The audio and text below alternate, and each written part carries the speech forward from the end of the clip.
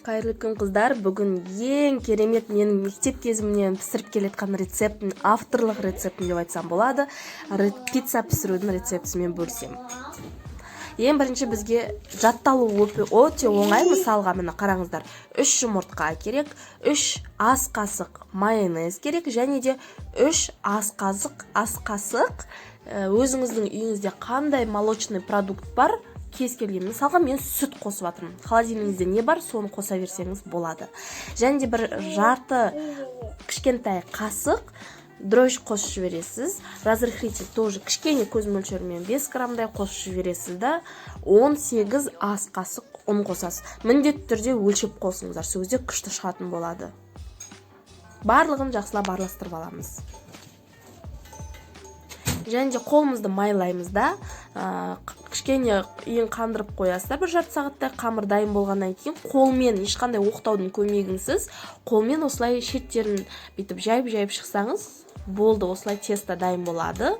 Үйде менде аджика бар, осындай цицибили деп айтамыз, аджика деп айтамыз. Кез келген ашшылау бір өзінің үйде бар затты қосасыз, жағасыз, және де бетіне колбасаңызды төсейсіз.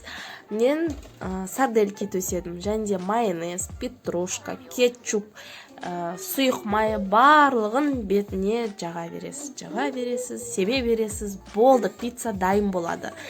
180 градуста 20 минут сырды сеппей, пиццаны өзін бірінші пісіріп аласыздар. 20 минут пісіріп болғаннан кейін бетіне сырды саласызда, духовканы өшіріп, тағы да духовкаға 5 минут пиццаңызды салып аласыз. Сол кезде сыр өзі ериді, просто духовканың ыстығының өзіне. Қайттан духовкаға салып аласыз. Мінекей қыздар, пиццам дайын болды. Өте дәмді. Пиццаның негізгі ең дәмді болу фишкасы ол тестасында. Жұқа болу керек, жұмсақ болу керек, сонымен де қатар дәмді болу керек. Менің мына сіздерге беріп отырған рецептімде осы үшеуі де бар, 3 қасиеті де бар пицца болғалы отыр.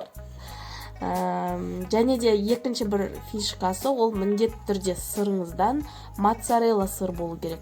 Твердый сыр алып қоймаңыздар. Моцарелла сыр алсаңыздар, сол кезде андай бетіп сағыз, сияқты созылмалы, керемет пицца болып шығатын болады. Қыздар, міндетті түрде каналыма тіркеліп қойыңыздар. Алдағы уақытта өте керемет, дәмді, күшті торттардың, көптеген тағамдардың рецептісімен бөлісетін боламын. Осы пиццаны пісіретін болсаңыз, комментарийға жазып кетіңіздер.